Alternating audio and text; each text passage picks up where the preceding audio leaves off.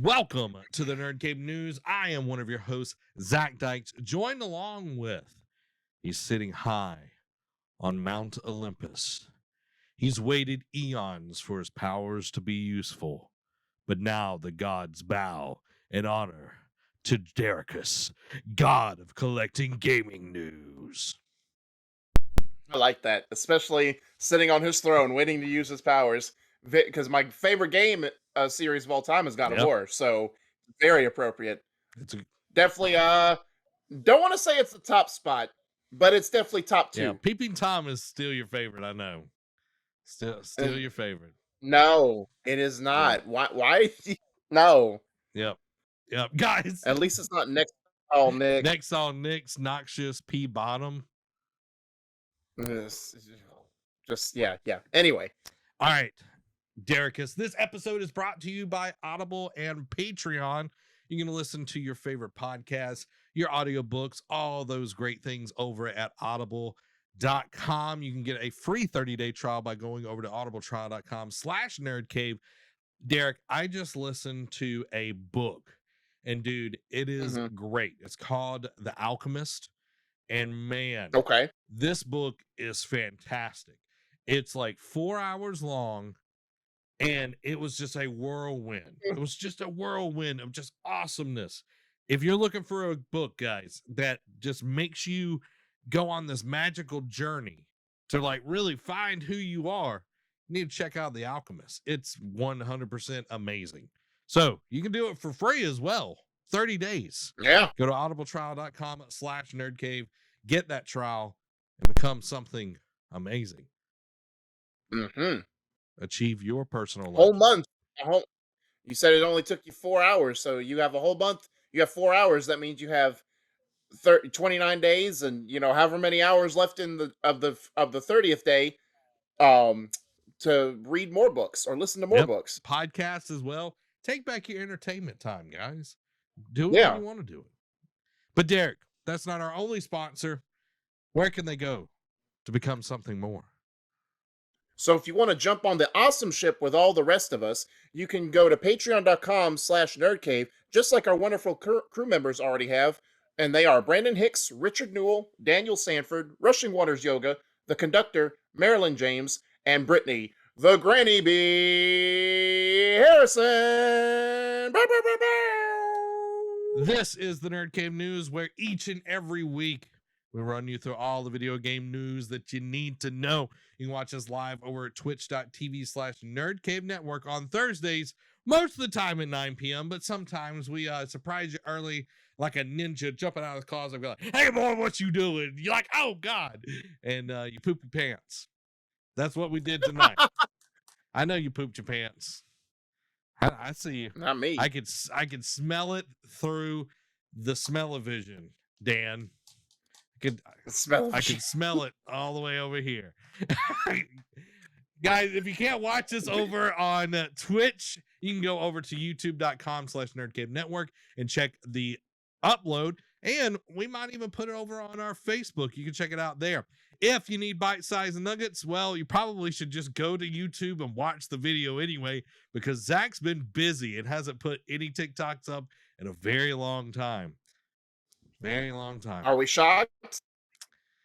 But let's move on, because we got stuff to do, because I'm not getting caught in Derek's snare. Did you, real quick to address, B said a compliment is the name. The PS5 has changed you. You know, I didn't write that. Amy actually wrote that, and that was like back in like a long time ago. Like that's been a long time ago. So, it really wasn't me. I just picked it. But then Derek was giving me all this sass, and I feel like I should have took it away. I almost did. What? Hold on. Yeah, I almost took it away. Anyway, so he doesn't deserve that. Well, I'm glad you didn't, because I would have been upset with you. Amy, you wrote the name for the week. You wrote the name for the week.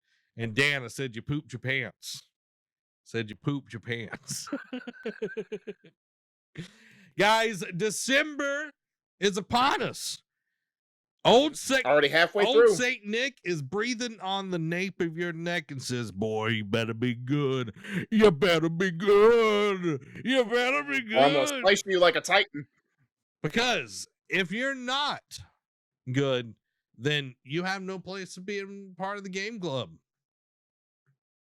Because this month, Halo Infinite is our game club game. It was originally Batman Arkham Origins, but I was like, Yeah. I want to just play Halo. I don't want to like split my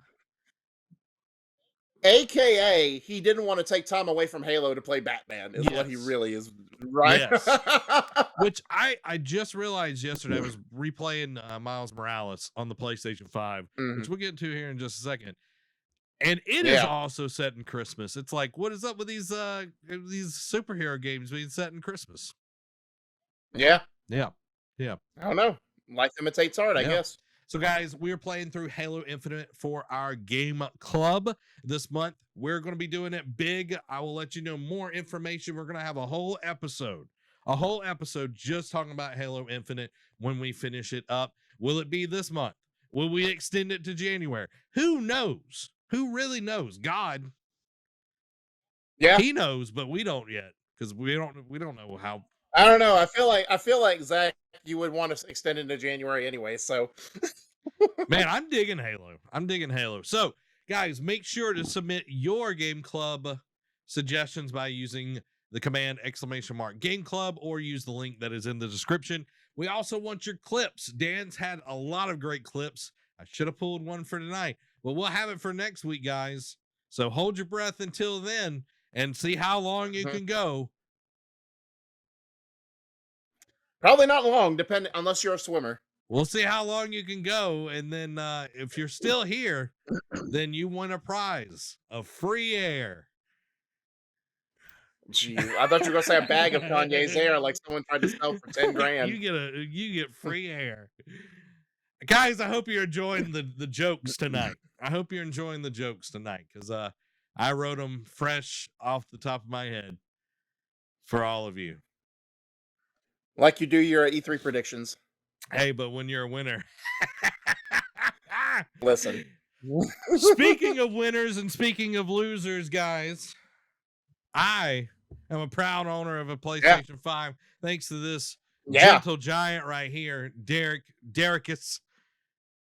You know, and I was thinking about this. I know it's an old name, but did Amy write that basically because she knew that you have trouble remembering my name throughout the show, so she made it easy for you? I don't know. I have no idea. She said she didn't even remember it because it was such an old one. Right. So one quick caveat: I did jump in for a brief moment to watch your unboxing video, and the first shot I get to is you like laying your head on the PS5, looking like Dr. Allen from Jurassic Park, laying his head on the Triceratops stomach, just listening to it. That's what I was going for. Like, I'm gonna put out an unboxing video and put like you saying, hey, I got you a PS5. I'm gonna put both of those together, and yeah, that way, like that will be the thumbnail, is me like laying on the PlayStation 5. Right. B, Zach doesn't write your name in his books. That's why he forgets. In my books? I mean, what books? Your little black books, I guess. I got a phone now. I don't know. Explain your joke, B. Explain your joke. So you unboxed your PS5 and you didn't play it, right? You played nothing at all. You just looked at it and just in awe and reverence. Yeah, that's all I did. B says your little book, your little to-do book. Yeah, I have a little to-do book that I keep everything. Just like I need to do this, but yeah, I don't put his name in there because I forget it. Yep, you caught me. You caught me. Everybody caught me, guys. They figured out my secret. They figured it out. Yeah. Yeah. So I unboxed it and I just looked at it. I was like, yeah. No. Big Papa, the real Big Papa. Because I saw you compare it to your Xbox One, and I'm just like, wow. Yeah. I didn't realize it was that much bigger than that. Yeah, because like that was the original Xbox, and Yeah. that was the whole point. It was like, okay, this is the biggest console I have other than my PC over here. So I put it right beside it and Right. I was like, look how big this thing is. So the I've tried out a few games so far. I've played Miles Morales, I've played Hmm. Guardians. Um, Okay. see, have I done anything? Those are the ones that I've played so far. Um, Okay. So since you played them, I know you texted me about them, mhm, but just for the audience at home, you played the PS4 versions. You beat Miles mhm, Morales on PS4, and you played Guardians on PS4. yes. How big of a difference have you seen from the PS4 versions to the PS5 versions? Okay, so Guardians, let's start with that one. When you die in Guardians on the PS4, it is a real Yeah. punishment because the loading time The load is screens. so long. My God. Okay, so I fell off, go figure, guys, me falling off something in a video game and dying to gravity. You never. Um, but it was literally instantaneous. Literally Hmm. instantaneous. And I was just like, You're gonna get spoiled on those fast load I was like, screens, sir. what? Nani?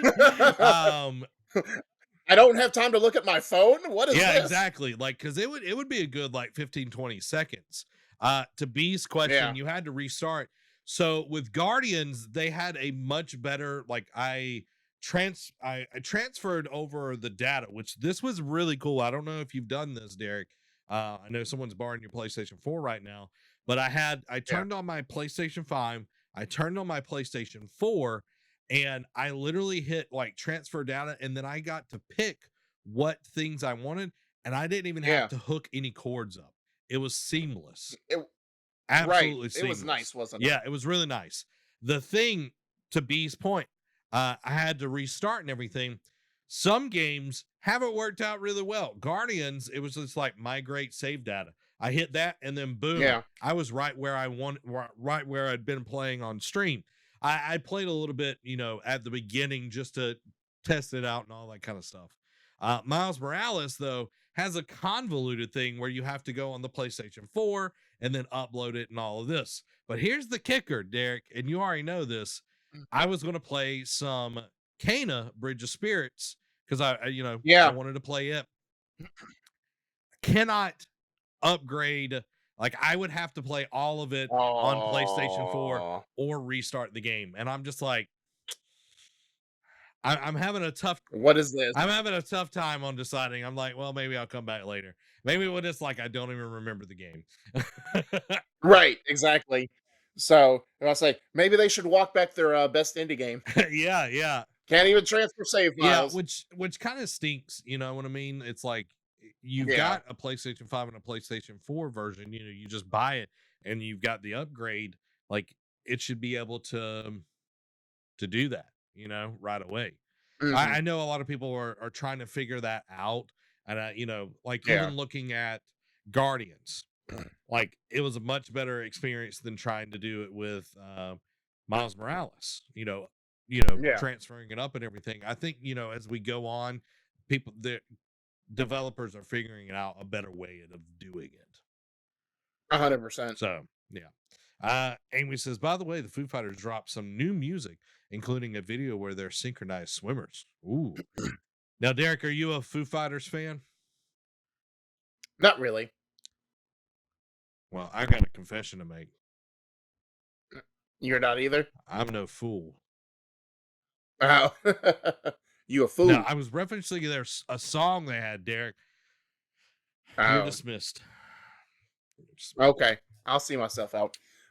Excuse me. Um, but so yeah, those load screens. Like, how did you like Miles Morales booting up in like 5 seconds? Dude, like it was crazy. Like it wasn't 5 seconds. Let's be honest. It was more like All 7. right. Oh, okay. Excuse It was me. more like 7. Excuse It me. was crazy though. It was absolutely crazy. And being able to literally go, like, I turned off the PlayStation, turned it back Yeah. on, and was able to start right away. Like it was great. Right. It was absolutely great. So like there's so many like quality of life things that are been put in there. The sound, the controller, my lord. It's amazing. Yeah, now I know you got to play it at Trey's when you Hmm. came to visit, but now that you have one in your own possession, like how does it feel? Like just the all the different Dude, features. it's great. The one thing that I loved, I was playing Guardians and I started the game and everything, and like the mom comes in and like she's talking to you, and like she taps like Mhm. your shoe or your foot or whatever, and like you could feel that, and then like she like pats Yeah, your head and you can feel that. And it's just like, oh my lord, like there's so many cool things going on with just the controller and everything. So yeah, and like the triggers, like when you're swinging on the webs, they're going out, and you could just feel all of the it's just so it's amazing, guys. Like it is really transformative. I will say that yeah. it's not just a gimmick and everything.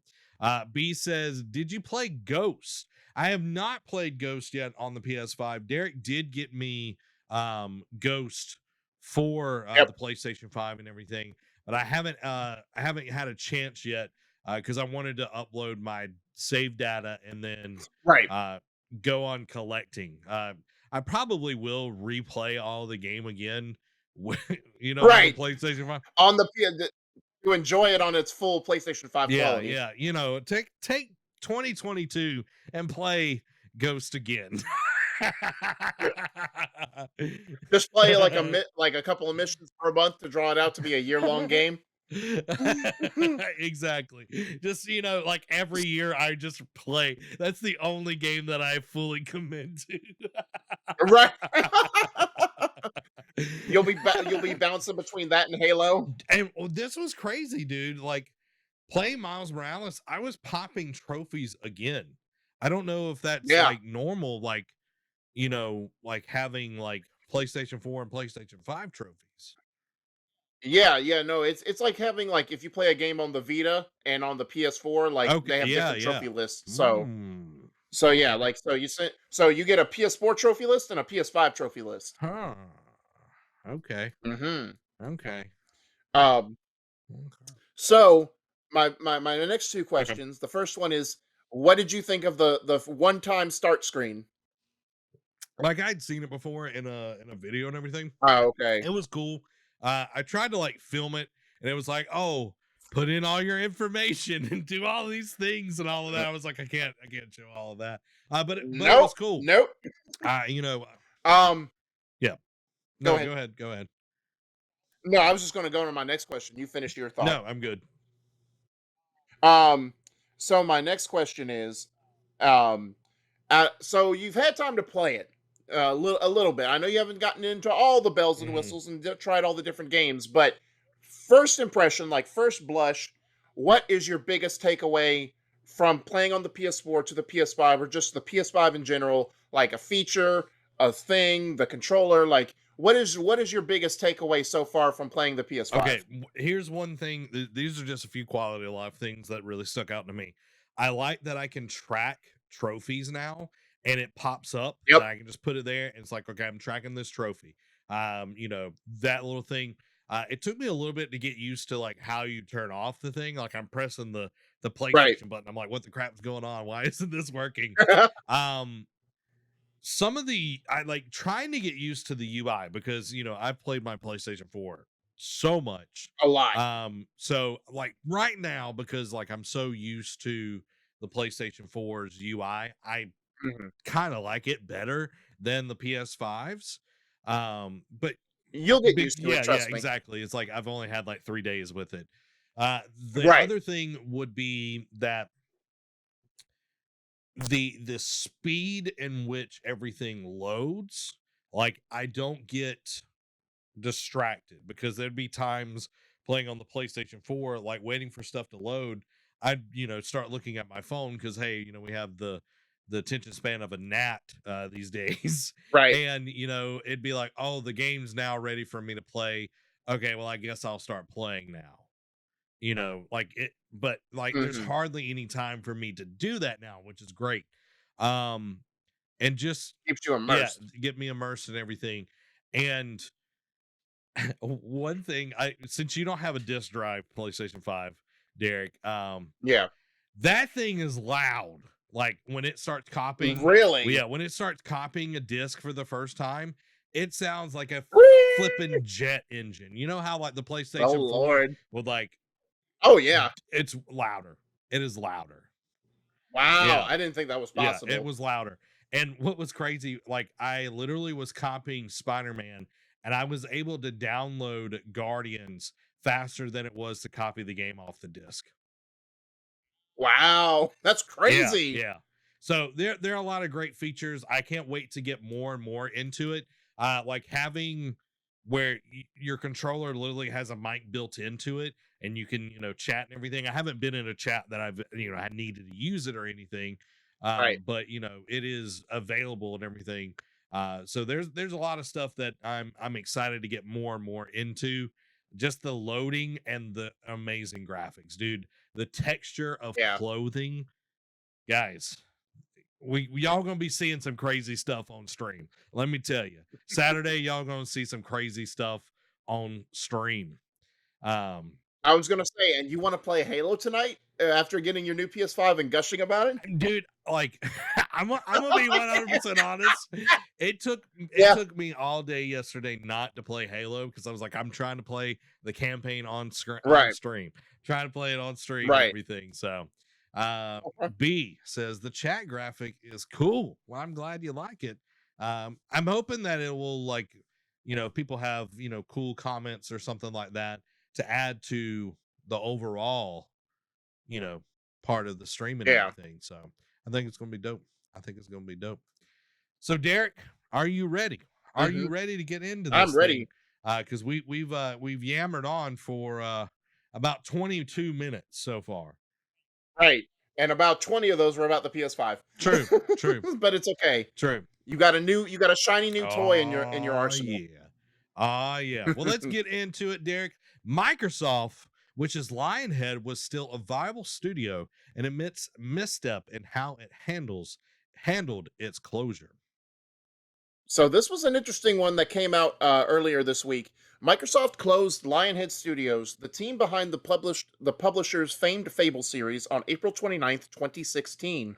And since then, it's remained pretty much silent on that closure. However, in a new Xbox-focused documentary, Microsoft seems to regret how it handled Lionhead, as reported by IGN.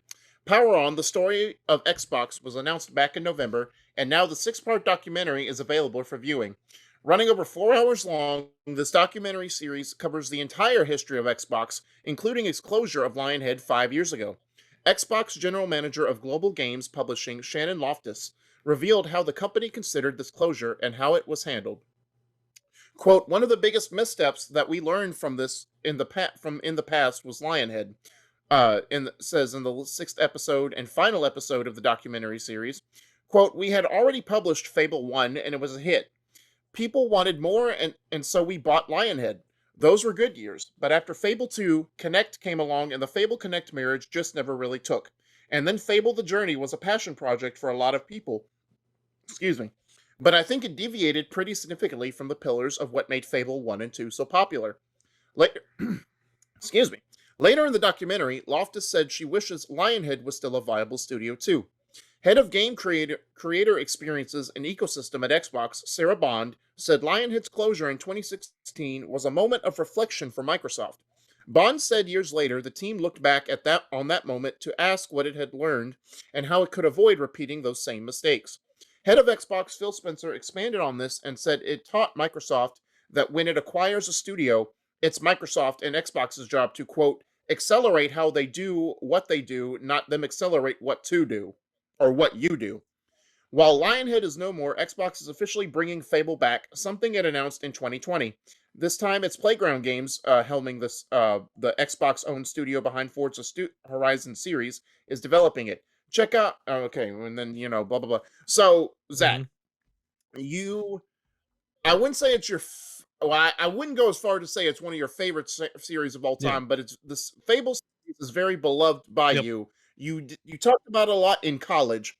What does like they didn't really say how they mishandled it or misstepped it, but they agree that they mishandled how they handled the studio. What does that speak to you as a Fable fan? What does that mean? Like, obviously, the studio can't come back. Fable is back, but Lionhead can't come back. and we'll get to Peter Molyneux doing some other weird projects in the quick hits later on. But Peter. what does this do for you as a Fable For fan? me, it says, okay, we made a mistake. We messed up and everything, and moving forward, we're going to, try to be better about this and focus on, helping studios. And you could definitely see that, Coalition over the last year or so has really jumped in and helped other studios craft their projects Yep. and everything. I love that they're doing that. But me personally, I really loved the Fable series. And then, we Yeah. got the Connect thing, which was utter garbage. And then they were trying to push this 4v1, 5v1 kind of you know, Which is what put the nail in the put the coffin. nail in the coffin and everything. And it just for me, it's like, okay, yeah, you messed up.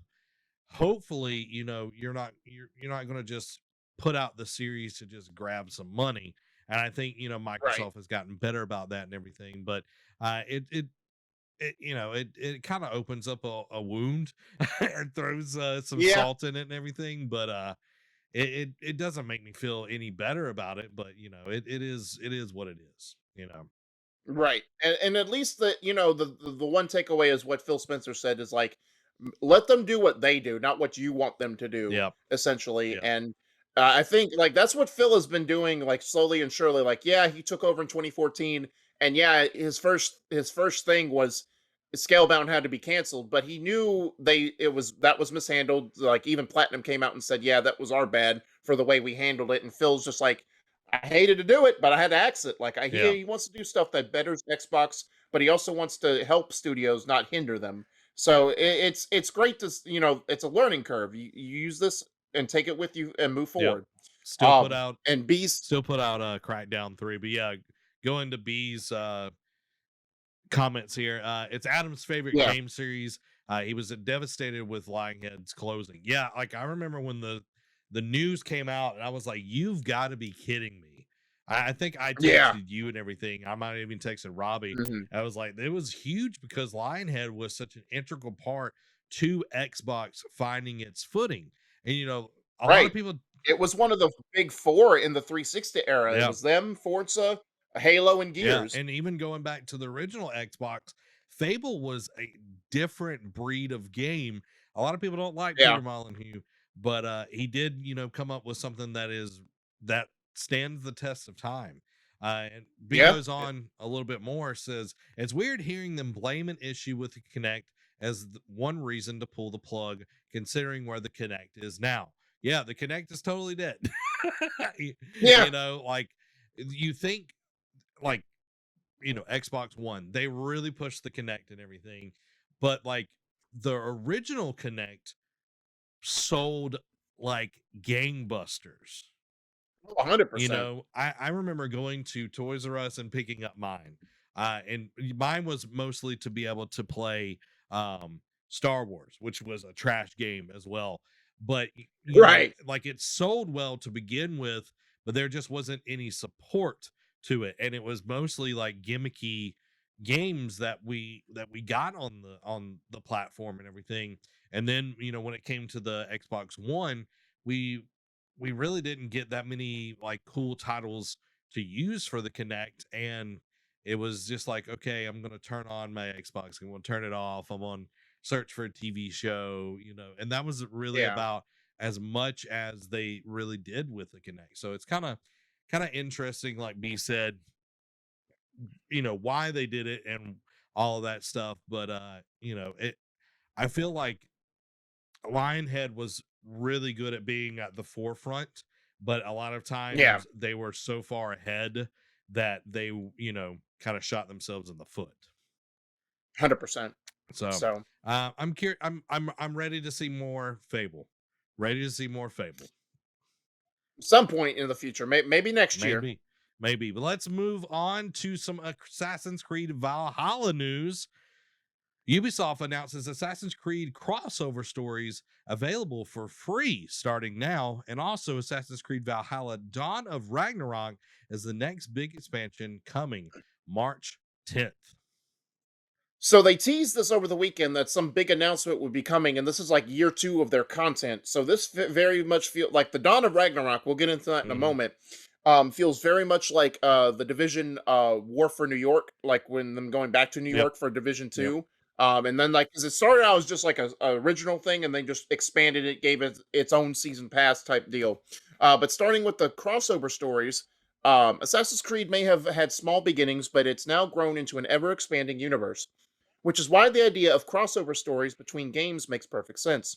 Alongside the announcement of a new expansion for Valhalla, we also learned about Assassin's Creed crossover stories. Two free new stories to play, one accessible in Assassin's Creed Odyssey, and the other one available in Assassin's Creed Valhalla. As you may have guessed, these stories feature the main protagonists from both games. Though these stories are free to players who own either or both games, you won't be able to jump into them right away. For Valhalla, you'll need to make sure you have reached settlement level 4 before you can access it. Assassin's Creed Odyssey's story only requires you to have completed Chapter 1 of the game, but Ubisoft recommends you play the game's main campaign first before diving into the new DLC to avoid spoilers. This is a very interesting deterioration from the usual Assassin's Creed fare. So here's hoping it not only pays off, but they decide to do it more often. Both storylines will be available to all players who meet those guidelines. This it started this past Tuesday, and you can check out the Assassin's Creed crossover stories for yourself. You know, there's a trailer for it, which I know is a little bit on the long side, so we're not gonna Yeah. worry about that. But going on to the Dawn of Ragnarok, which is the big one. This is their big papa for next year. Just days ago, leaker Tom Henderson said we'd be getting a God of War style expansion for Assassin's Creed Valhalla. Well, the new expansion has been announced, and at least for now, the similarities are pretty clear. Dawn of Ragnarok is the new expansion coming to the franchise. It'll release on March 10th, and by the looks of the title and trailer, it will be a very mystical and magical journey. The expansion sees Eivor, excuse me, accept their destiny as the Allfather and fight to save Odin's son Baldur from the clutches of Surtur, all while fighting the frost giants for good measure. It's the kind of cinematic trailer we've come to know from Ubisoft, but it does raise plenty of interesting questions in regards to what you'll be able to do in the expansion. Mixing between fire and ice-based attacks, a teleport mechanic, the works that works through a bow and arrow, which is very. I saw the trailer. That one is very reminiscent of Shadow of Mordor Mm. slash Shadow of War, where you're able to like shoot an arrow and teleport behind the enemy. Yeah. It looks like it could be a welcome shakeup to the game's core combat, to say the least. The expansion will cost $40, and players who purchase it from now until April 9th will be able to get what's called the Twilight Pack, a collection of cosmetics including a skin, weapon set, and mounts. Mm. So Derek, what do you think about uh the DLC? So the free crossover story is like you know me. I've said I know you liked Origins as far as like the new Assassin's Creeds have gone lately. I really loved Odyssey, so when the fact that they're doing a crossover story with Odyssey, maybe they'll do one for Origins down the road as well. But I love it. Like, and I didn't know. I knew they were doing it for Valhalla. I didn't know they were doing it for Odyssey as well. So it almost makes me want to. I don't have the download space for it, but it almost makes me want to download Odyssey again and just to play that crossover story. Yeah, that But that was my thing. It was like you have to download both of them and they're huge. right, especially Odyssey, because Odyssey, at least the last time I checked on now, it could be different on the PS5, Yeah. but on the PS4 it was like over 100 gigs, Mhm. and it's like that's a sixth of your memory. No, thank you. Yeah. Um, but I like it. Now, the Dawn of Ragnarok looks cool. Like I said, I watched the trailer. Like it's very like God of War esque, and like I said, the combat is very reminiscent of God of War and Shadow of Mordor. Okay. Yeah. I haven't watched the trailer, but I'm all down for, you know, getting more cool things into it. I Yeah, know they were from the beginning was like, it's not going to be as mythological as the last two, but now kind of right. embracing that. I like that a lot.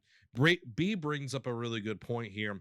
$40 for an expansion. Ooh, the price to Yeah, game is getting so bad. And, depending on how much content is in here, if it is like Right. 8 hours or more worth of content, then $40 is not as bad.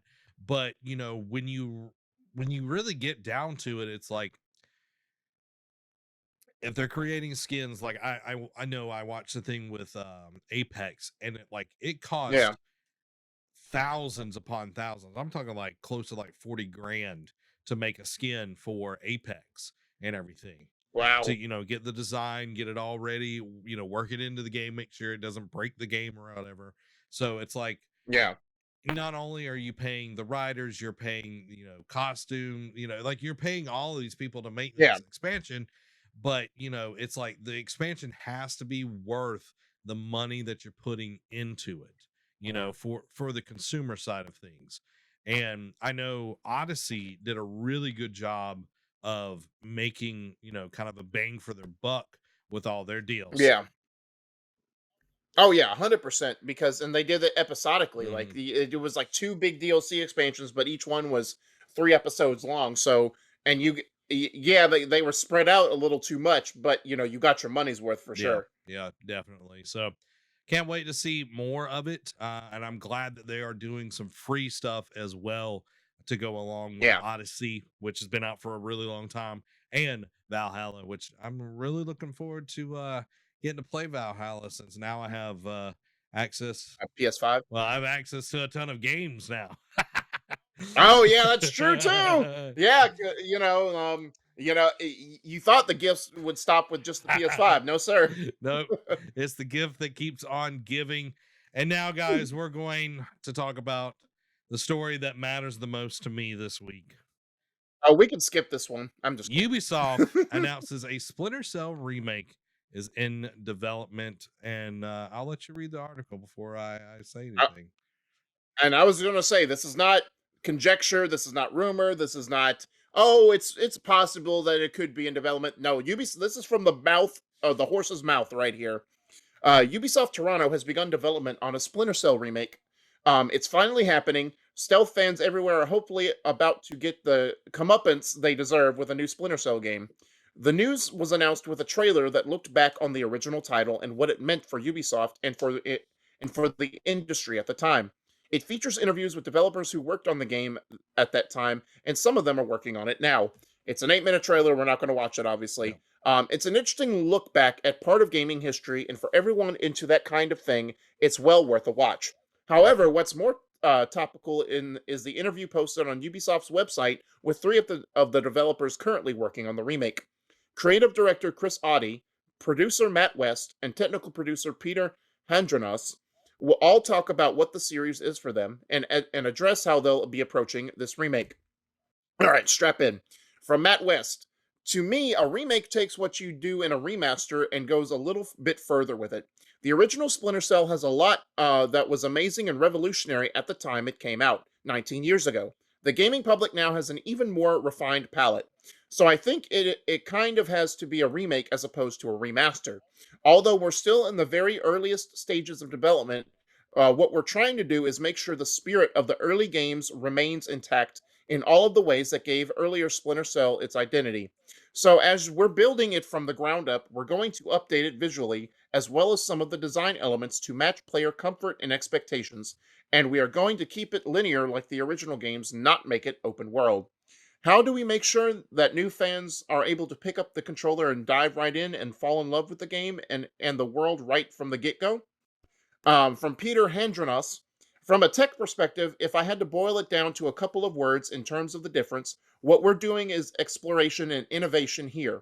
We've got a new engine and a new console life cycle to take advantage of. So the tech in one area that we don't want to be stuck in the past. From Matt West, the phrase stealth action redefined from the original game has actually proven to be a really valuable North Star for us. We're able to, for example, apply that to what Peter was just saying. As far as being able to prototype and innovate and test some stuff out, that is very much in keeping with us redefining what stealth action is going to feel like for a modern audience. The rest of the interview goes over what it means for Splinter Cell to be remade in the Snowdrop engine, who from the original game is back and what to take away from the announcement for now. Creative director Chris Audi also leaves a bit of a cliffhanger comment in the end, saying, "With this remake, we are building uh, a solid base for the future of Splinter Cell." That sounds like they're hoping to have more Splinter Cell games come our way after the remake releases, but that all feels very far away right now. The announcement tweet that went along with the blog post had a short teaser with the iconic sound of the goggles turning on. At the very least, it seems for now this reveal was meant to go public to get the public excited and attracted a slew of development talent for it. Unfortunately for Ubisoft fans, fans may not be optimistic as they would like them to be. With NFTs looking like a key part of Ubisoft's future plans, we still don't know if or how they'll be applied to the Splinter Cell universe. It's controversial enough that it will likely make fans forego a remake they've long dreamed of, but that won't be the same for everyone. It'll be interesting to follow how this all develops and what impact NFTs will ultimately have on the industry. So let me just pause. Well, actually, hold on. Let me let you expound upon your thoughts on this. Okay.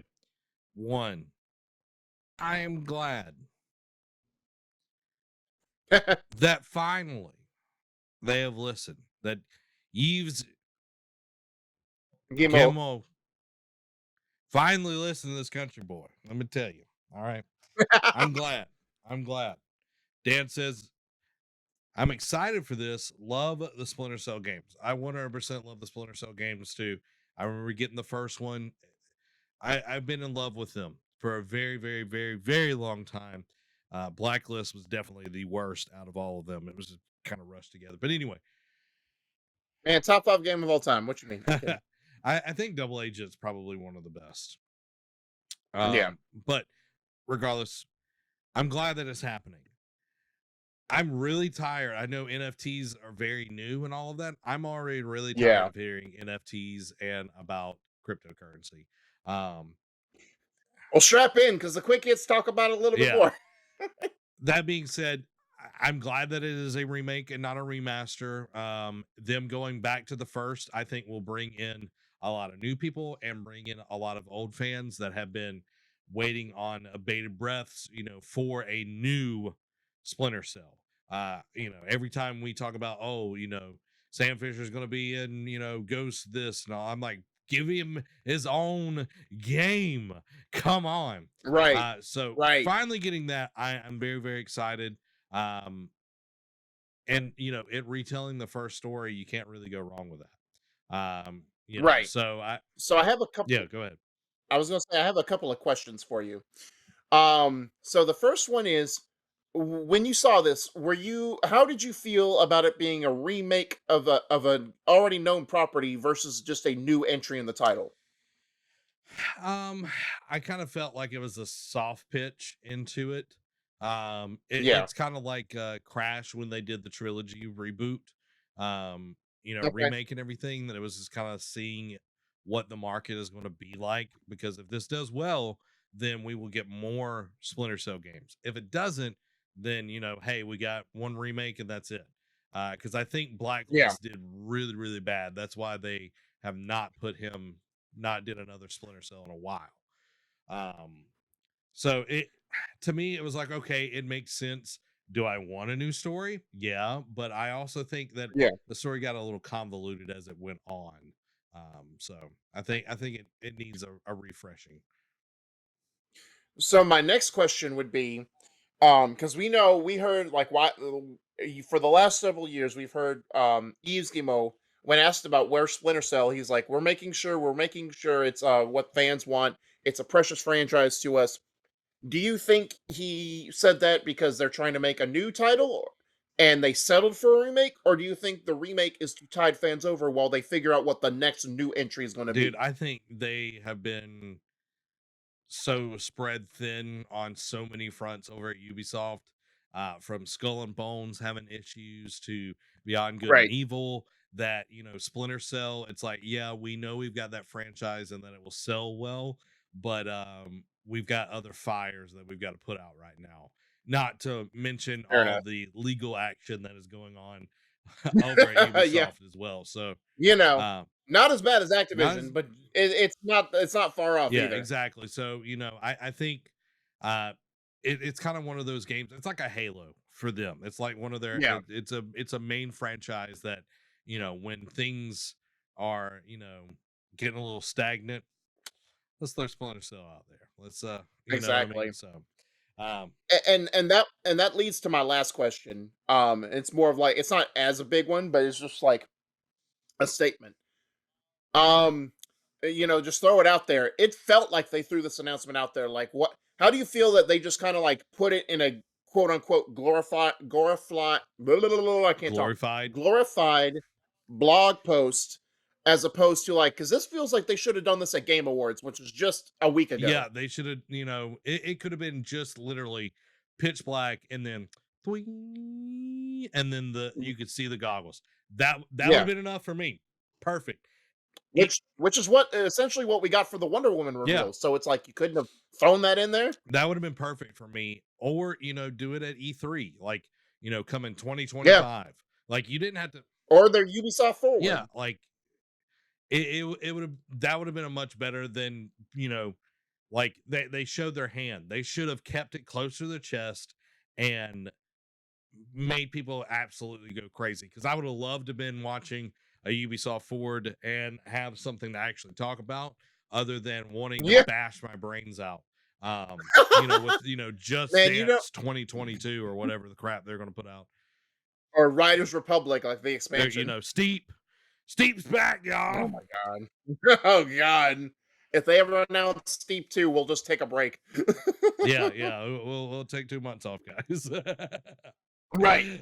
God. So yeah, this felt like it just sounds like to me like I'm don't get me wrong. I sound like a little bit of a negative Nancy, but don't get me wrong. I'm excited, for you, for the fans like you who have been wanting something frothing at the mouth, so to Yeah. speak, for something Splinter Cell related for years because it's been a decade almost, right? Because Blacklist came out 2013, right? I think so. So Yeah, Blacklist. Okay. Do. 2013, August 20th, 2013. got you. So it's been 8 years at least since the last one came out. So I know it was about time. But it just feels like they threw it out here to appease investors because of the trouble, and it feels like it seems like they're backtracking or talking out of both sides of their mouth. They talk about it being a beloved franchise, like a staple franchise for them, and then they just go and basically just poop out this announcement. Yeah, yeah. And B says cash grab.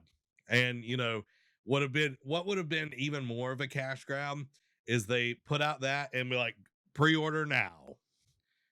You know what I Right, mean? Like that right, that would have been even more, but it's getting people like, oh, okay.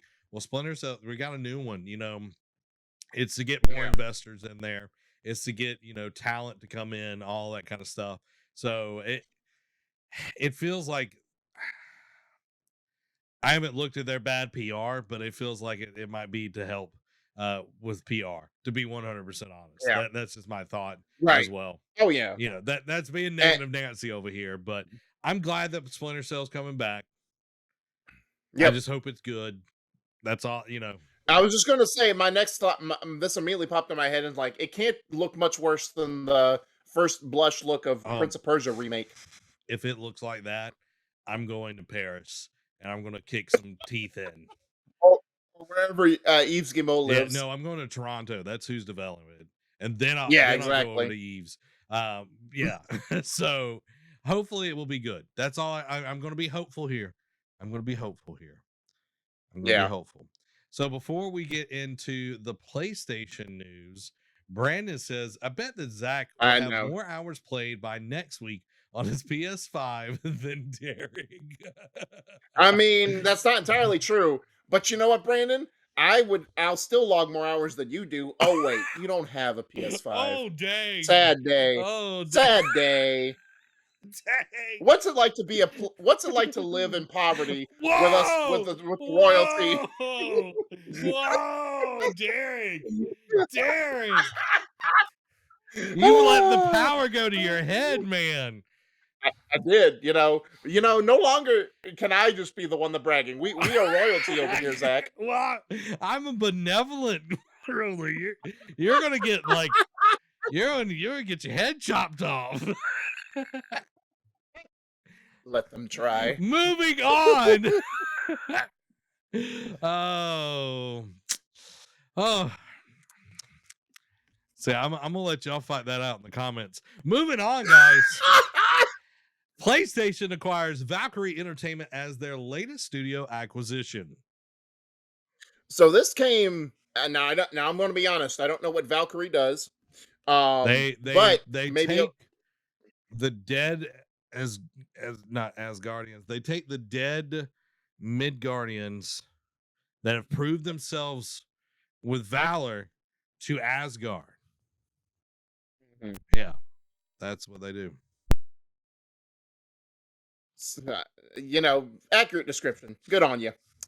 It appears that PlayStation wasn't done adding studios to the family for 2021, as Herman Holst just announced the acquisition of Valkyrie Entertainment.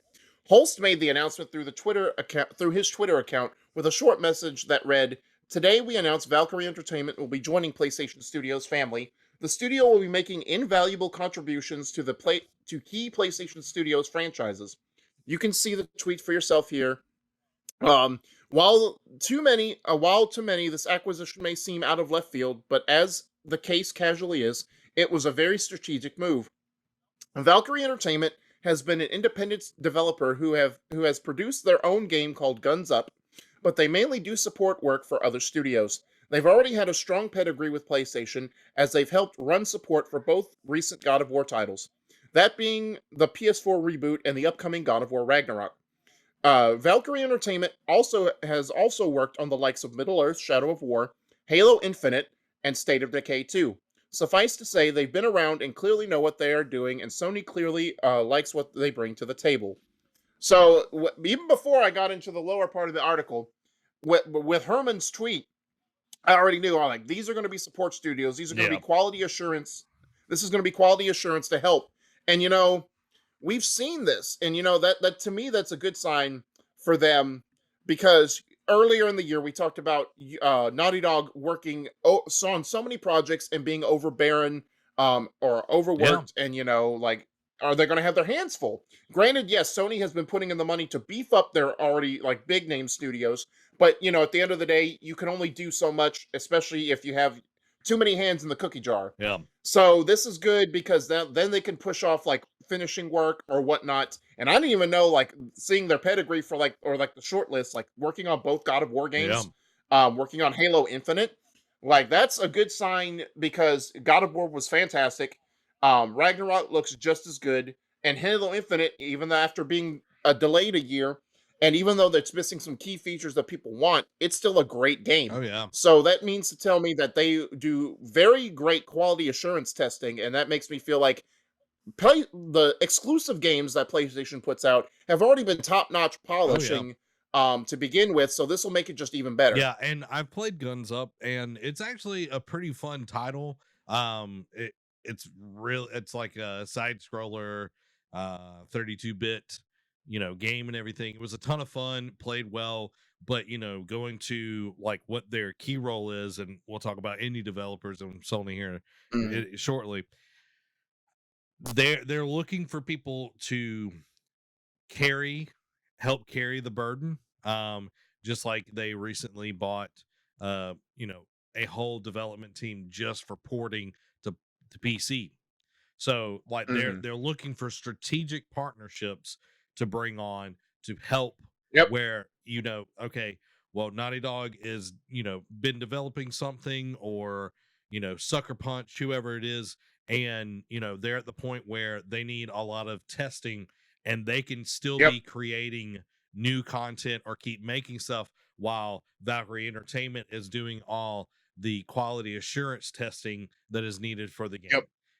And it's a smart move. It really is, and especially Yeah. since they already have been doing it on major titles, not just for PlayStation, but also for On Xbox. Xbox as well. So I think it's a great find. And hey, congratulations, Valkyrie Entertainment. You're now Yeah. a Sony pony. Well, and I'm sorry, I was checking on something real quick, so forgive me if you've already touched on this, but it also helps, especially within this like recent year and a half, 2 years of the crunch Yeah. culture. This will help further, decrease crunch on Mm, studios that are working on multiple projects at yeah. once. We've seen this, right? Like, granted, Sony doesn't have the budget that a Yeah. Microsoft does, by no means. But what they're doing is they're steadily growing into a bigger company year over year, Yeah. and they're reaching the likes of like an Activision, like a Ubisoft, because a lot Ubisoft owns like at least 20 studios, but only a few of them actually make the games. Yeah. The rest are just there to help on parts of the games or, quality assurance testing. And that's why we see, and Activision does that too, Mhm. like for good or for bad. A lot of the studios like Raven and Vicarious Visions has morphed into a support studio to help make, Call of Duty or other Yeah. games that Activision has put out. Yeah. And Brandon makes a point right here. Hopefully they get help with the big games since they're becoming more known. And I Right. think with this acquisition, it's like, okay, they're getting the help that is needed in the areas, because it's like you've got your writers, you got your top tier writers, your Neil Druckmans Right. and the such. Amy Hennig anymore, but anyway, I digress. So- But having those players in there, not everybody can be a quarterback, Derek. Not everybody can be a Oh, quarterback. You got to have your safeties. You got to have your linemen. You got to have your water boys. sometimes you got to be a fullback. Yeah, sometimes you just got to be the guy that washes the uniforms. Like, everybody is Yeah. important to an organization, and I know that's a sports talk and everything, but it's important to have all of the people in place to make everything run well. So I'm excited, for them to come on and be a part of the PlayStation crew. Yep. 100%. It just keeps the family keeps Yep. growing. Yep. Moving on, guys. Sony has unveiled PlayStation 5 console covers, plates, whatever you want to call them, will begin rolling out in January with Midnight Black and Cosmic Red. And you don't have this on here. They also No, I tried to find it, but it didn't have it. they But also released new colors for their controllers as well. sweet Mm. controllers too. Man, So we'll get that purple, baby. that Oh purple my god, that pur- purple, that purple. purple rain. So, Sony Interactive Entertainment has announced a series of official PS5 console covers, which will come in a variety of flavors and begin rolling out in January 2022 with the Midnight Black and Cosmic Red versions, which they're trying to match it with the Hmm. controllers because we already got the Midnight Black and Cosmic Red. Yep. You actually got the Midnight Black Yep. controller already out. You'll be able to pick these covers at retailers in the following regions: US, Canada, UK, France, Germany, Switzerland, Austria, Spain, Portugal, Italy, Australia, New Zealand, Japan, China, Taiwan, Hong Kong, Singapore, Malaysia, Thailand, Indonesia, Vietnam, Korea, and the Philippines. Meanwhile, the Nova Pink, Galactic Purple, and Starlight Blue PS5 console covers will appear in both locations during the first half of 2022. Additional territories will gain access to these covers throughout the year, with more details to be announced at a later date. And this always, and of course, that's the names like the Galactic Purple, Starlight Blue, and Nova Pink are also the color names of the Hmm. controllers. Which I'll be scooping up that Galactic Purple. Oh yeah. Don't know if I want to trade in my white controller or the Cosmic Red one, but definitely going to trade in one controller because unless they do like a special edition, your boy doesn't need to have more than two PS5 controllers right now. That's just me. More the Um, merrier, man. Now, do you think like it doesn't list it here? No, it doesn't. But the console covers are going to be $55. So my thing is, my thing, it doesn't really say here that there'll be plate options for the disc and digital versions of the PS5. Like in the video, they only advertised and it showed the little slit for the disc version of it. Do you think they'll have one for a digital version? And what do you think about the pricing of the Okay, plates? the pricing is expensive, but it is first party. So like they're going to charge Yeah. a lot more. Controllers are going to be like $75. Oh I yeah. pulled up the controllers for any if you want to check on stream Oh, as okay. well. They sweet. That purple looks good. The blue also looks really good. Oh yeah. But for me, I think they're not going to say, okay, disc-based PlayStations, you're going to get the covers, the plates, and the digital you're not. I know they've Yeah. sold more disc based and everything, but I definitely think they're gonna be on both of them. They might have only shown um yeah, they only have like the disc ones in this Mhm. image and everything, but I don't see why they wouldn't have Digital. digital as well. Got you. So My next question is, what do you feel like? Obviously, like, because it does it say when the controllers will come out? Because are they going to launch in the first half, or are the controllers going to come soon? I don't know. Like I think they'll launch at the same time as the others because like you Okay. look at like they're launching the red and the black for Right. the plates and everything. So I think we're going to see the plates and the controllers, the newer ones, the three new colors launch together as well. So So, and I know they said they'll come out first half, so by June of next year. mhm. But what do you think it's a smart move? I understand from a marketing perspective they needed a new influx of cash like Yeah. late as the year progresses. But do you think it's a smart move to drop the newer colors later as opposed to just dropping all of it like around the time that the plates like the for the black and red plates that drop?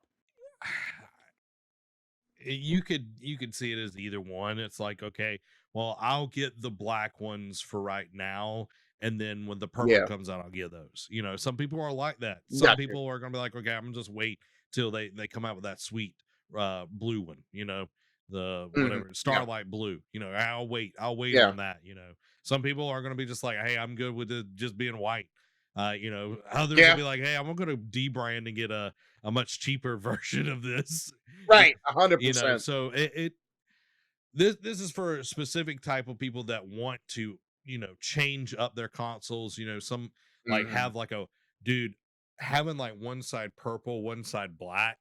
Oh, mhm. that'd be sweet. Oh yeah, That'd be sweet. that would be nice. And you could have like different combinations and everything, have a black and white or whatever. But Mhm. the thing I'm curious, moving down the road, once PlayStation 5's become more um Available. available and everything, will we see place the PS5s coming in these different colors, or are they going to just say no, you buy the PlayStation 5, then you spend your $55 to get whatever color on top of it that you want? What do you Yeah. think? I mean, there's always that Build-A-Bear option where you could do that. At the same time, I don't know if we'll get to that point because that was going to lead into a question I had was like, do you think because I have the PS4 I got the Hmm. PS4 Pro, I got the God of War Yeah. edition. Do you think instead of just doing a new like, hey, we're going to do a God of War Ragnarok style PS5, they're just going to release faceplates as a special edition now? Like, do you think it still will be cool, but do you think they'll use this as a cop out instead of using this to create a legit special edition Dude, I console? think they're still going to do a special edition, and then they Okay. will have plates that are not that version. Oh, got Yeah. you. For the people who don't have the cash flow to buy another Yep. console. I think that's the way they do it, you know. We hope anyway, Yeah, right? yeah, and it's like, okay, well, this one's a specifically a special edition because it has these face plates or whatever, Right. and like the black shiny part that's on there probably have some dope design on it and all that kind of stuff. Like it won't just be Yeah. plates; it's going to be a lot more to it. Like the LEDs are going to be specifically, will do certain things like your Gears of War uh Xbox One like had like specific like ways it would like power on and everything. So, Mhm, that's what I think. Going to chat real quick. B says they mhm. should drop them all at the same time because I doubt there's many people who are going to buy multiples, especially at 55 a pop.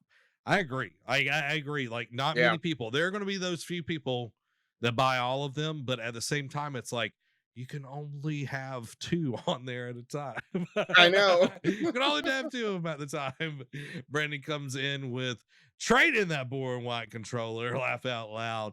Like, That's what I've been thinking. I actually don't mind the white controller. It looks okay. So you got me the black one, Yeah. and it's like, I like it. It's great. But I have a black controller as my Xbox. So I was like, I don't have a Right. white controller. So I started playing with my white one to begin with, just because like I haven't had a white. Well, I do have a PlayStation 4 white controller. That's right. I have the Glacier white one. That's a Yeah. dope controller. It's a dope. I do have my gold ones as well. You know, can't go Oh go yeah. wrong with them. Them go I love gold. gold. Which I can't. My PlayStation 4 is just like sitting up there. It's like looking at me. It's like, you've left me. You've left. You don't love me anymore. You've left me. You left me. So let's move on to our next story. I didn't put that in there apparently. Hold on. Give me a second. Talk amongst yourself, everybody. Do, do, do, do, do.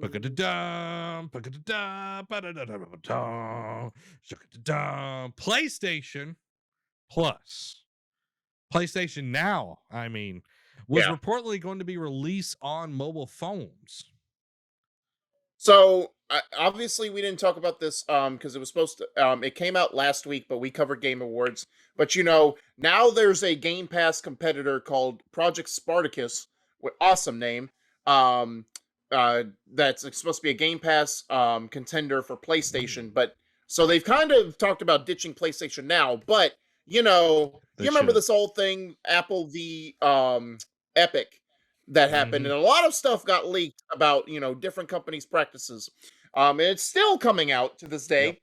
A confidential Apple document has revealed that Sony had plans to launch PlayStation Now on mobile phones. PS Now is Sony's flagship cloud-based streaming platform and was launched back in 2014. During its initial rollout, Sony allowed users to stream content to the likes of Blu-ray players, smart TVs, PS3, and PS Vita, but in recent years cut support to just PS4, PC, and now PS5. While the service has never been released for iOS and Android formats, a document obtained by The Verge from the trial between Apple and Epic Games has revealed that Sony did have plans for a mobile rollout. Specifically, Apple caught wind of a not yet announced mobile extension of an existing streaming service for PlayStation users, streaming access for over 450 plus PS3 games to start, with PS4 games to follow. In related news, Sony is reportedly lining up something called Project Spartacus, which bundles PS Now with a PS Plus subscription, which plans to launch PS1 and PS5 games to the service. So what do you what did you think when you read this? Would it have done anything for you? Because I know Xbox has already got into the mobile market Mhm. with Game Pass on the cloud, on mobile devices that you can use an Xbox controller. Would this have gotten you to play more on your phone? Because I know you said you streamed, um, you would stream on Vita. was Yep. your Yep. Vita, or would you stream on the tablet? Yeah, Yep. while Amy played her system. Yeah, I would do the oh my gosh. What is it called? Ghost. Yeah, I would do Ghost to my Vita, which was not very good. I'm just gonna say, like, the connection that is Right. needed to do that is so high, and like I've got really good internet. Um, I've tried it several times over the years. To do, it's called a specific thing. It's like PlayStation Remote Play. That's what it's called, Remote Play. Yeah, that's what. Yeah. And it's never been great. PlayStation Now, like coupling it with PlayStation Plus, like getting PlayStation Now like verbiage away from everything is going to be the key here. Yeah. Um, Yeah. I love xCloud. xCloud is solid. Like if I'm playing a single player game, it is great. If I'm playing multiplayer, it sucks. I'm not gonna lie. Like Yeah. it's not only like the xCloud servers, but it's also the servers for um the game that you're having to connect to and all of that kind of stuff. But it is a Mhm. much more solid and much more robust than what we've seen with PlayStation Now. With PlayStation Mhm. Plus being coupled with it, I think it will be much stronger, but we need to see something more akin to Game Pass than what we're seeing right now. So I'm Yeah. curious where this is going to go. And having, like, if they launch this PlayStation Spartacus, Derek, they launch this, Yeah. let's say, quarter 2 of next year. All right, Yeah. around E3, they say, hey, Project PlayStation Spartacus, whatever they're going to call it. Mhm. You know, Shuhei full of grace um, comes out on stage and says, we're launching this new service. It's called PlayStation Shoe. Um, and it's available right now. That would be the best thing. And then he drops it.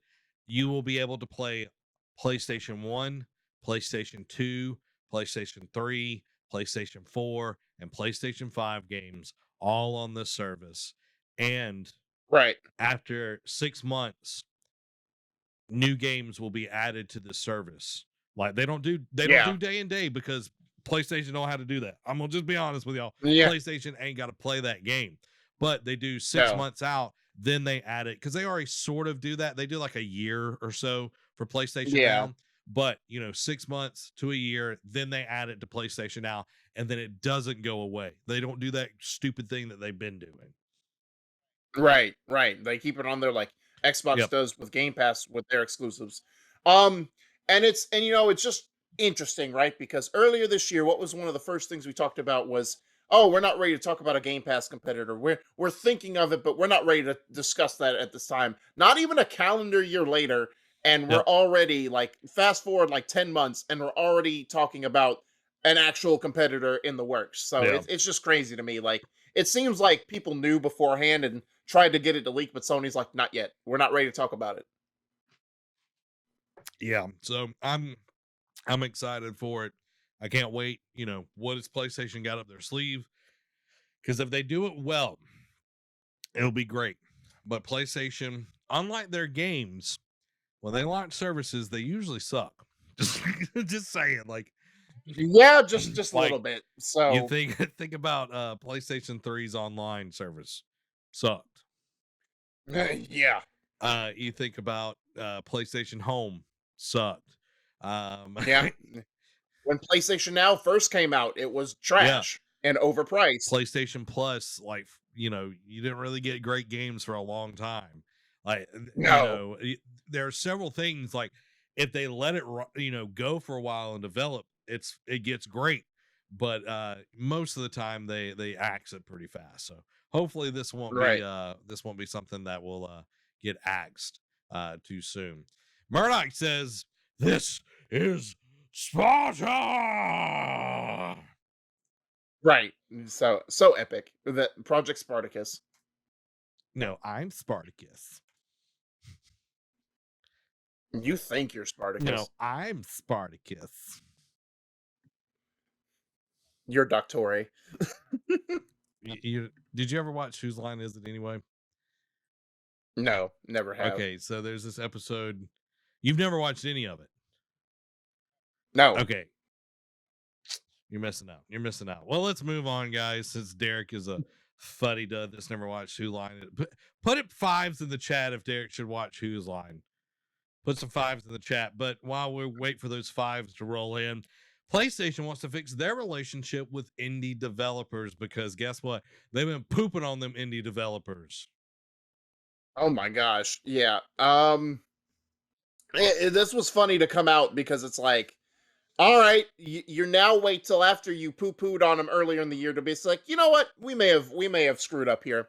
Although PlayStation once heavily supported indie developers, according to multiple devs, that support has waned heavily in recent years. Now, however, it seems like Sony is trying to repair the relationship they've squandered. A new report from IGN reveals that Sony did listen earlier this year and has been listening. They didn't directly address the public comments that were made, but they have resolved to focus on three main areas for improvement. This comes from a copy of Sony's 2021 Global Partner Survey results, which IGN attained. Their first aim is to essentially improve communication while reducing the amount of complexity involved in getting an indie game onto PlayStation. Second is to make better game sales available to more developers while also improving store discoverability, something that has frankly plagued PlayStation since the PS4. Lastly, Sony has aimed to improve and modernize their ticketing system and customer service efforts when dealing with any issues developers may have. Those are nice goals to have, but acting on them is much more meaningful, which it seems Sony has already done. IGN spoke to a number of indie developers, and thankfully it seems like the pressure from all the bad press has sped up Sony's plans. Quote, it was clear from the account managers at Sony that had been working hard for a long time to push through a lot of the ideas the indie developers flagged in our initial discussions. After the articles that seemed to give a huge boost to initiatives that had already been planning, because rapidly after Sony started rolling out a bunch of big changes. This comes from David Logan, Chief Executive Officer from Akupara Games, on what changes that he's already begun to see. Communication has already improved, and the internal processes are already starting to become more clear, according to him. It's still not perfect, but across all three of their goals, Sony seems to be improving, albeit slowly. One anonymous developer mentioned in the report still isn't convinced and needs to see a little more of a consistent follow through from Sony, which is a fair thing given Sony's history. At the very least, however, it seems like things are starting to improve. And it's going back again, it's ironic because earlier this year we talked about it. Jim Ryan opened his mouth and basically downplayed the importance of what indie games has done for PlayStation and the meaning of what and like how meaningful indie games Yeah. are, especially now in the world where AAA games are getting longer development tails, more time to work on them, like bigger production budgets. So they need what's the palate cleanser? What's the holdover? Is a bunch of indie games that come Yep. out in Yep. between big title releases. So you don't bite, and that's what supported PS4 in the early years. So it was like we were all shocked because it's like, why bite the hand that fed you and made your PS4 life cycle successful? So I'm glad they're working on it, but I'm also of the mindset where it's like, I need to see it to believe it. Now, granted, they've got some good plans in place, and we've already seen some positive turnaround from developers, but there's still some skepticism out there. It's like, will you stick with it? Are you just doing this to pander to the fan base and to indie developers to get them off your back? Yeah, I agree.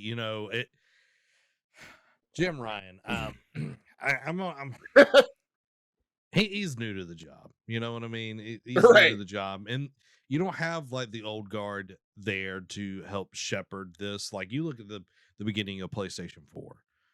The thing that really carried it, Yeah. because PlayStation 4, a lot like PlayStation 5 right now, early in the cycle, there are not a lot of games for the PlayStation 5, that are first party games.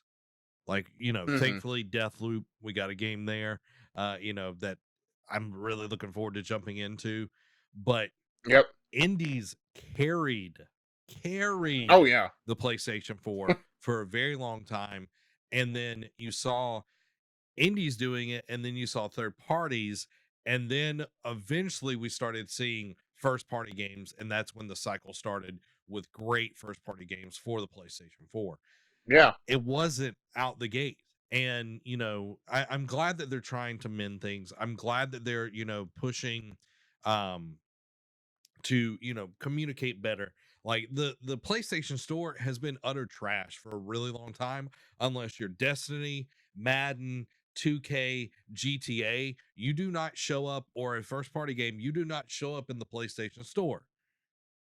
Yeah. Unless there's a sale and you're selling your game for super cheap.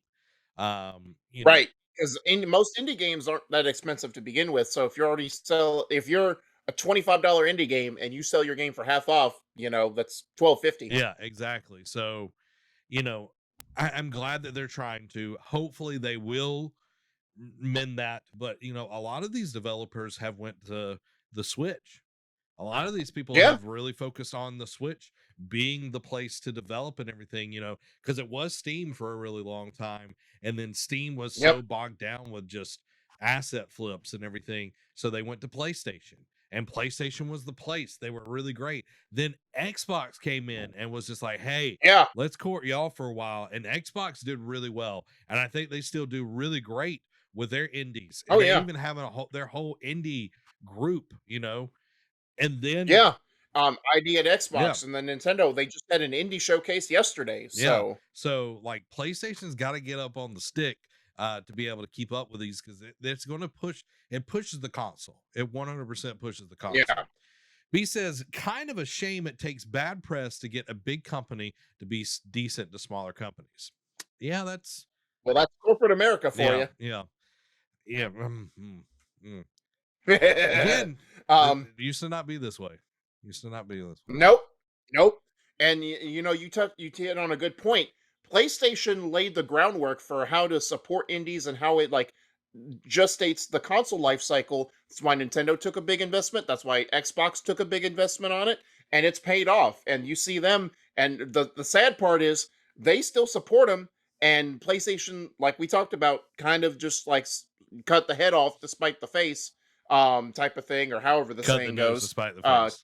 yeah, thank you. But yeah, so it's funny that the imitators, if you want to call them that, or the copycats that modeled after PlayStation are doing better than Yeah, PlayStation, the one who brought them to the yeah, dance. yeah. And it's because you get so big for your britches type deal. Oh B yeah, says indie games are carrying the Switch, to be honest, especially the last half of this year. And I agree because like there have been a ton of games that have come out from Nintendo on the Switch, but they have not been yeah, the bigger titles. So we've definitely seen a lot more indie kind of stuff coming out on there. Last yeah. story before we hit the PlayStation quickies. Sony, let me update this. Boom. Nope. I skipped one and then I looked at the bottom thing over here, the rotating feed, and I was like, why does that say accessibility? So let's get that one. Sony launches a PlayStation accessibility website for the PlayStation 5. So Sony Interactive Entertainment has opened the doors to the PlayStation accessibility website for PS5 users, allowing them to customize their console to their specific individual needs. Jim Ryan, CEO and president of SIE, commented, quote, "At Sony Interactive Entertainment, we strive to build a future for players of all abilities. We use technology to advance accessibility tools, products, and services for our PlayStation community, and to guide our mission to connect the world through the power of play." Sony has implemented a range of accessibility features to its latest home console, including customizable display options such as zoom, color, correction, text size, bold text, high contrast, and more. Meanwhile, the screen reader can read aloud on screen text and provide spoken guidance for operating the PS5. There's a tons more information on the website, so check it out. This is great. I also feel like they're slow to the ball on this one because I feel like Xbox has started this. They've been doing it for a little bit longer, Yeah. and they've done a great job with Mm-hmm. it. We've seen them do accessories for accessibility, and we've started to see even game Yep. companies get more accessibility options in their games. We see like Ratchet and Clank and Last of Us Part 2 are the best examples of all the accessibility options you have. Forza Except literally having sign language in their game. yeah, and won a game Yep. award for it. Yep. Um even though despite the fact they called it a core pillar, but that's beside the point. The point is like I do feel like while it's great, I feel like they should have had this already. Yeah. Sony Yeah, anyway. I agree. They definitely should have had it. B chiming in. Apparently, I misspelled some things. I misspelled accessibility. So B, you've got a job here for sure. Being my spell checker. So I'm glad that they're doing it. A little late to the party, but better late than never, in my Yep. opinion. So we'll see what all it includes and what they're going to do, moving forward with it. So Derek, I hope that you're ready because you got a lot coming up. But before we do that, let's do the PlayStation quickies. Yeah. So first of all, Pray for the Gods is out now for PlayStation consoles. That is the Dark Souls clone type of game. It was announced years ago, but it's finally out now for PS4 and PS5. Subnautica Below Zero writer joins Naughty Dog. The Order 1886 trademark filed by Sony in North America. And lastly, Forspoken will be a PS5 console exclusive for 2 years. Ooh. I've like okay. If you're going to be a console exclusive, just be a console exclusive. You know what I mean? Right. Having 2 years of Right. exclusivity. I'm curious if that includes being ported to PC. Right. Or is it just PlayStation 5 and that's it? Yeah. Because like an example, Tomb Raider, Rise of the Tomb Raider was a console exclusive for like 6 Yeah. months, and it really, really damaged that game being, accessible to a bunch of people. And once it came to the other consoles, really no one jumped on it. Really no one jumped on Yeah. it. They had to really push to get people on there. I mean, and the only way they did it was because they added in a VR mode, and because it came out for PlayStation right the same year that the PSVR Yeah. came out. So that's the only way they got people in there. It's like, oh look, we got a new mode like only on VR, and people are like, I guess I'll check it Yeah. out. B says 2 years is a long time. The hype will be dead before the time is up. Yeah, I 100% agree. Like you would have to launch like DLC like when it launches or something like that just to get people interested in there. Murdoch coming in, they want to expand their profit opportunities. 100%. You know, 100%. They if Papa PlayStation wants you to be an exclusive, you're gonna be an exclusive. Uh, Right. You have no choice in the matter. Interesting one as well. Subnautica Below Zero Rider joins Naughty Dog. I Yeah. know Murdoch had played it and really enjoyed it and everything. So glad to see good talent coming into Naughty Dog. Hopefully they will flourish and do well there. The Order 1886, Derek. Do we really need this to come back? Do we really need this to come back? Mm, I think it deserves like a second shot, but just I hope they make some changes to it. Yeah, yeah. I don't think it needs to. I don't think it needs to. Murdoch, back to talking about exclusivity real quick. Had Ghost become an exclusive, I would have still have bought it 2 years later. So if it would have been the same thing, if the option would have been there to buy it, after the second year, he would have done it that way. Yeah. So, but Ghost Yeah. is amazing. I'm not saying anything bad about Forspoken. It's got great writers and all of that on there, and it looks really Right. cool. Ghost is just a different beast altogether. I was listening to Right. Blessing over on Kind of Funny, and he was talking about the Hmm. preview for Forspoken and everything. And he's like, it there's a lot of cool things, but it feels like it's kind of like the same stuff. So It very like, especially watching that trailer from the Game Awards, it's very like Final Fantasy esque type yeah, games, like which I think Square Enix is doing it, so it makes sense. But I mean, that has very Final Fantasy 15 7/7 yeah, remake influence in it. all over it, all over it. What is the order? Asked Murdoch. The Order 1886 was a PlayStation 4 launch game, right? Or it launch window? It was a launch Launch window, window, yeah, yeah. And it looks really cool. It looks yeah, really, really cool. But and that's it. yeah, that's it. It's about 6 hours of gameplay, quote unquote gameplay, and then you're left disappointed, and it leaves you on a cliffhanger that they haven't answered since uh 2013. Yeah, um, like they it has a cool concept because it's like sci-fi. It's like Yeah, werewolves are a big thing. Like they're in the old steampunk Victorian kind times. of. Yeah, steampunk with like the weapons are really cool and like the abilities are really Yep. cool, but the story and the like, because there's literally like it's a single player game, it's a linear game, and but literally two chapters are just cutscenes. Like they literally waste two chapters on cutscenes. Yep.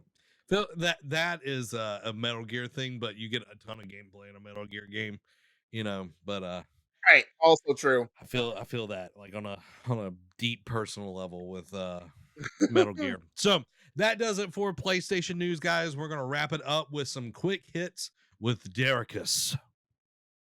So to start off, Moon Studios' next game will not be published by Xbox. They are the people who work on the Ori games. Marcus Phoenix and Kate Diaz skins are out now in Fortnite. NES and SNES creator Masayuki Uemura passes away at 78. Google Play Games brings mobile games to PC in 2022. Bungie and Nerf releasing a real-life Galahorn. Banjo-Kazooie joins Switch Online expansion pack next month. Scorn release date set for October of next year. Another far-off game to go up with Starfield. Nintendo is building a new game development office where its HQ used to be. Hello Neighbor 2 delayed till April 7th with a beta coming to show off the open world. Following that, a neural network will help Hello Neighbor 2's enemies surprise you. Alan Wake 2 will use the Northlight engine used for Quantum Break and Control. Remedy says Alan Wake 2 is, quote, going to be scary and is pushing for an M rating. Remedy confirms Alan Wake 2 will be a third-person game, and they also confirm that Alan Wake 2 will feature the original game's actors. Rumor, Star Wars Eclipse may not launch for another 3 to 4 years, which doesn't surprise me considering how we just got rumor of Quantic Dream working on a Star Wars game a few months ago, and then we see their unveiling last week at the Game Awards. Marvel's Avengers next roadmap to be unveiled in early 2022. Slayer, SWAT, Fiesta, and Free For All playlist out now for Halo Infinite. Analog Pocket pre-orders will reopen next week at a higher price. Peter Molyneux's next game is a blockchain-powered business sim. Eye roll. Switch sold over 1 million units last month, making it the best-selling console for the month. You can now play Sonic the Hedgehog and Teslas. Weird flex, but okay. Another weird flex, but okay. Xbox's infamous Red Ring sold as a poster through Xbox themselves. Rumor, Bully 2 once again in development. Slitterhead, that weird game we saw from the Silent Hill developer, not even in full production yet. Kiichiro Toyama says any Silent Hill remake would, quote, have to rethink the concept to make it interesting. System Shock Remake will be published by Prime Matter and is coming out next year. Chocobo GP, the Final Fantasy kart racer, releases March 10th. And I saw the trailer for this when they announced the release date. I knew it was a Mario Kart clone. That thing is literally ripping Mario Kart off. They literally have a map that almost is identical to Rainbow Road. It's like, you're not even trying to hide it. Windjammers 2 gets a January 20th release date. Halo Infinite adjusts Battle Pass challenges again to improve progression. The Ring heads to Dead by Daylight in March and will be based on original Japanese version. Ollie Ollie World coming February 8th. And lastly, a Terminator real-time strategy game is in development. Okay, a lot of great stuff in there. Yeah, we watched that Chocobo GP at a Nintendo Switch conference, and yeah, we were like, "What is this? What is this?" Right. Like they're not even trying to hide the similarities. No. It's like literally they copy and pasted and added Final Fantasy characters in Mario Kart. Yeah, the other awesome things, loving the Alan Wake news. Glad the original actors are coming back. You know, it's going to be third person, just like the first one. I'm excited for it, and it being made on the Northlight engine. Quantum Break looked great back in the day. Haven't played Control, but what I've seen looks amazing. So I know it's going to be great. When they showed Star Wars Eclipse, we knew it was like, this is 2025 at earliest. Like at earliest, that's when we're going to get it. Yeah. And then the last thing I wanted to point out, Halo is doing a lot of great things. You know, listening to the community, they're trying to make things better. They're working on the battle pass. They've actually some leaks that I saw earlier today with the events. They're taking a lot of the fluff out with the XP boost and the swaps that they had a bunch of them in there. And with the Tenrai, the event that they had a few weeks ago, they had used some armor to promote it that was not in the pass, and that armor is now in the event pass and everything. And there's 30 levels. There's a lot more jam packed in there that is not just boost and everything. So after level 10 on that battle pass, the event pass, there's a lot more stuff that you can actually collect and everything. So I'm liking what they're doing. Hopefully they will, continue to work, and maybe they've even trying to hire a new monetization lead for the game to, Mhm. because Battle Pass and the monetization system and everything is so intertwined in Halo right now that we might see by the end of season 1 them trying to do something new and, make it where more people can actually enjoy the game and get the cosmetics that they want, and it not be, oh, Yeah. you've got to pay $10 for the white color for your Spartan, that sort of deal. So good on them, Yeah. and I can't wait to play some Slayer and some SWAT. In just a few Yep, minutes. in just a few minutes, guys.